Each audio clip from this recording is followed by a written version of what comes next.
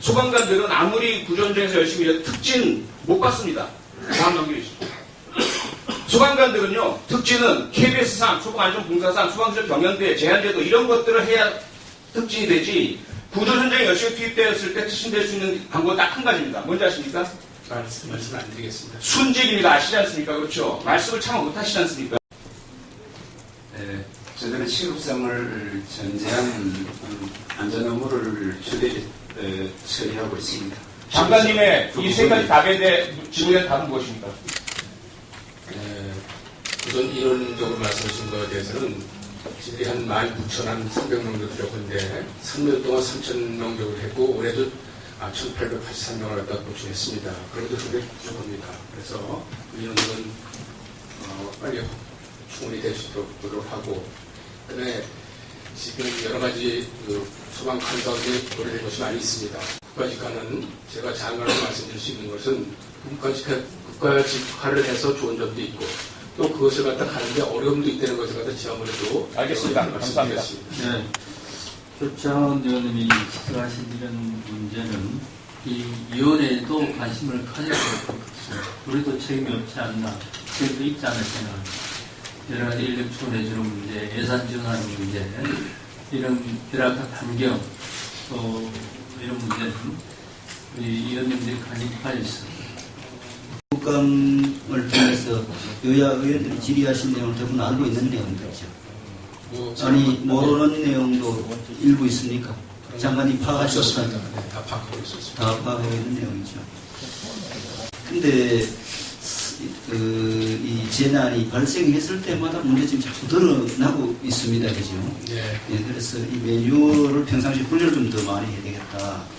오늘 여러분들이 지적했는데 방사능 재난이 발생했을 때 지휘 책임 문제 알고 계신 내용이고, 어쨌든 장관님께서는 일사불란한 조직에서 오랫동안 근무를 하시지 않았습니까? 장관님이 생각할 때 이 국민안전조직이 장관님 말 한마디에 일사불란하게 움직일 수 있는 그런 시스템이 되어 있다고 생각하십니까? 아니, 그게 왜 본인이 저는 그렇게 생각하고 있습니다. 장관님 그렇게 생각하고 있습니까? 예. 그렇습니다. 네. 그리고 지금 지방자치단체를 재난이 발생하면 지휘 통제를 해야 되는데 지휘 통제가 지금 되고 있다고 생각하십니까? 예, 그것은 작년 8월 31일 날 지방의 안전시설이 새로 신설이 됐습니다. 그래서 이제 한 1년 정도 됐습니다. 그래서 근데 그 재난안전실이라는 게 전부 지방직 공무원이잖아요. 그렇습니다. 장악이 아니잖아요. 이 지휘권이라는 것은 감독하고 통제하고 잘 말 안 들으면 벌을 줄 수 있어야 지휘권이 있는 게 아닙니까? 벌 줄 수 있나요?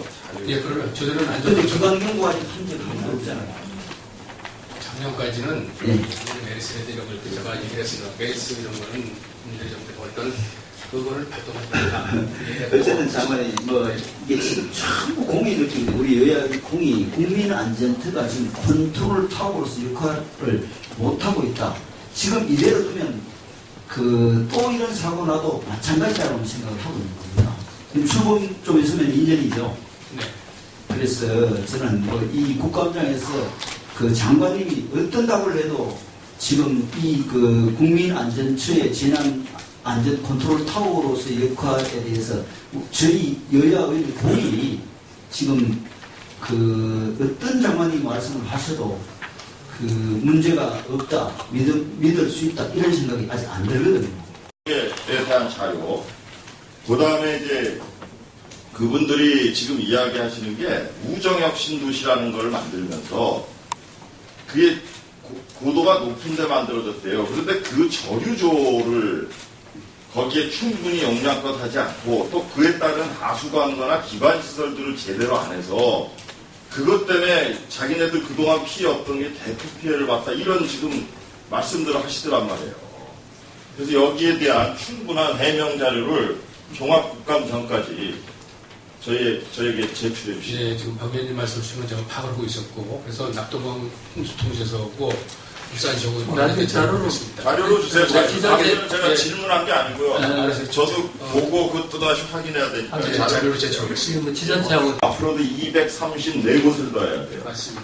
그런데 아직도 몇 백억이 더 들어가야 되는 거 아니에요. 자, 보십시오. 제가 이제 자료로 내서 보도가 됐거든요. 다 보십시오. 전국 주요 시설에 설치한 계측기에서 실시간으로 피해 정보를 수집해서 안전대책을 수립합니다. 경주 지진이 발생했을 당시 시민들은 피해를 본 건물이 무너지진 않을까 걱정하며 바깥에서 뜬 눈으로 밤을 새웠습니다.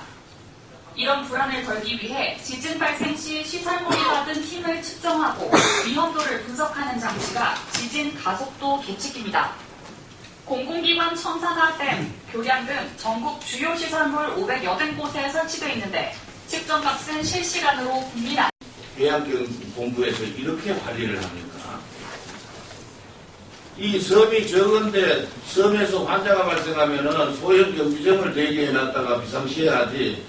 한번 출동하면은 11명의 승선원이 의무적으로 출발을 해야 되고 200명이나 되는 인원을 수송하는 그런 경기부양정을 바로 20km 코앞에 있는 무의도에 보내다가 그것도 아까처럼 4km도 못 가가지고 충돌해가지고 그런 대형사고 배를 또 아직까지 수리도 못하고 보험도 안 들어간 배를 국비를 60억이나 들여서 또 수리를 해야 되는 이런 어처구니 없는 데 대해서 정말로 이거는 문제가 심각하다고 봅니다.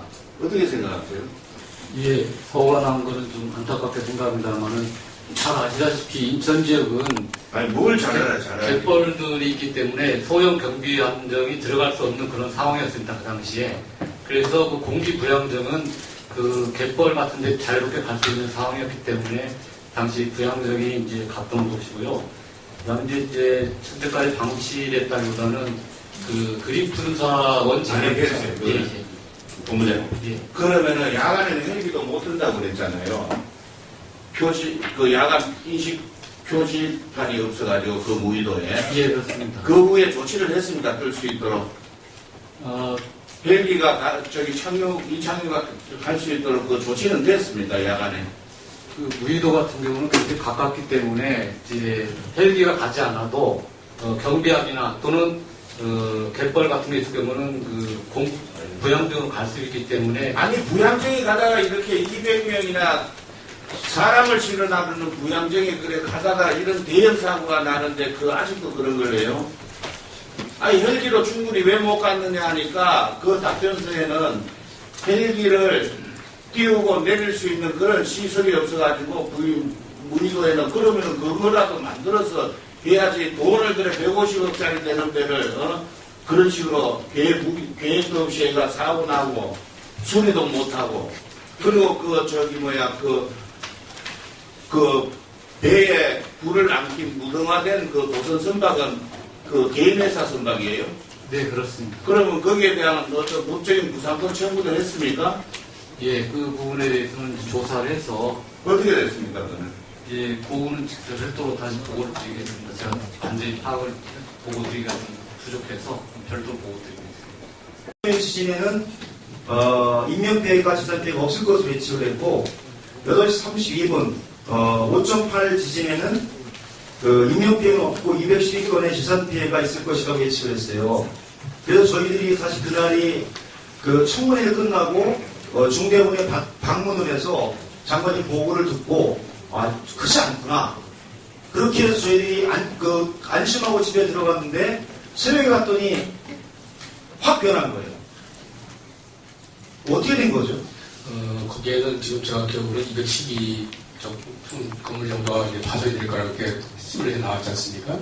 이제 전주의 걸 저희들이 확인해 보니까 근데 인명피해는 없는 걸로 나왔어요. 근데 인명피해가 지금 23명이 나오는데 이제 뭐 그런 물론 테레비나 이런 데 넘어지는 바람에 다치고 또 이제 뜯어내서 건조되는 건데 그런 게 있었고 그다음에 전파하고 반파를 해보니까는 네네. 수구철별로 안 되더라고요. 근데 이제 지진이가 많이 흔들려서 하루이기 때문에 그런 것이 특성들이 거기에 이제 포함이 안 되는 것 같습니다. 그렇죠. 그래서 그래서 제 시스템이 5.8 지진 났을 때 했는데 212건의 부분 물질이 없다라고 해서 저희들도 그것을 믿고 갔었는데 당일 아침에 해서 비상이 걸려서 다시 보고했던 이런 기억이 있습니다. 그래서 이게 지진재 시스템이 과연 유효성이 있느냐. 그래서 한번 좀 넘겨주시죠. 저게 그 다음날 아침에 보고됐던 내용입니다.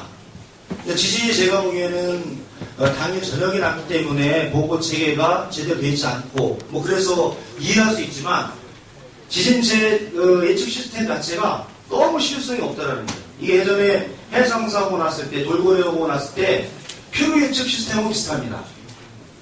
표류 예측 시스템을 통해서 그 해당 사고를 예측하고 찾아가서 하는 것에 도움이 되는 게 아니라 그 예측 시스템이 해양 사고를 추습하는데 더 장애를 조성했던 이유가 있었습니다. 제가 그래서 이 시스템 자체의 문제입니까? 아니면 운용상의 문제입니까? 이런 시스템을 좀 더 정밀하게 고도화시켜야 될 것이라면 거기에는 한옥이라는 경우는 특성이 다르지 않았기 때문에 그런 결과를 나오고 지금 추정하고 있는데 이거는 이 지진 피해 예측기는 반드시 저들이 작동을 하고 피해 상황을 확인해야 됩니다. 그래서 이거는 고도화를 시키겠습니다. 알려져 있지 않지만 국내에도 스마트 빅보드라든지 소셜 빅보드라는 이런 SNS 시도가 있었습니다. 2013년부터 시작돼서 지금까지 46억 7천만 원 투자됐습니다. 그런데 이 SNS 시스템이 초기 재난 상황에 대해서 빠른 전파도 못하고 실시간으로 활용하는 기술도 없고 여러 가지 문제가 있다. 지금 보이는 것이 소셜 빅보드 사이트입니다. 4년간 14억이 투자됐는데 지금 검은 것 사이로 보이는 것이 아이디와 비번만 부여되면 볼 수가 있습니다. 그런데 아이디와 비번을 부여받지 못하면 내용도 확인할 수가 없습니다. 지금 이것을 부여받고 있는 것은 중앙정부 지자체에서 37개 기관에 불과합니다. 문제는 향후에도 이를 실시간으로 분석할 계획이 없고 내년에도 예산 편성조차 되어 있지 않습니다. 우리 시장님 어떻게 보십니까? 그 사항은 제가 자세히 파악을 못했는데 어떤 의원님이 말씀하신 사항에 대해서 보완을 해서 발표가 되고 생각합니다. 네, 다음을 보겠습니다. 정부를 못 믿겠다고 시민들이 직접 SNS를 활용한 전화 알림 프로그램을 만들었습니다. 그 이름이 지진희 알림입니다. 지난 9월 21일 경주 인근에 3.5 지진이 났을 때 이 프로그램이 기상청보다는 3분, 국민안전처보다는 10분이 빠르게 되었습니다. 일반 시민은 작은 노력으로, 작은 비용으로 이런 시스템을 구축할 수 있는데 우리 정부는 4년간 14억을 투자하고도 이런 긴급 전파 체계 하나 만들지 못하고 있다면 이것은 무엇을 말하는 것이겠습니까? 시장 의견을 한번 말씀해 주십시오. 여러 가지 생각을 많이 합니다. 보안 사항을 확인해서 조치하겠습니다. 네. 그래서 국내 재난체계 대응이라든지 또 ICT를 활용한 관련되는 책자를 비치해놨으니까 참고해 주시기를 바랍니다.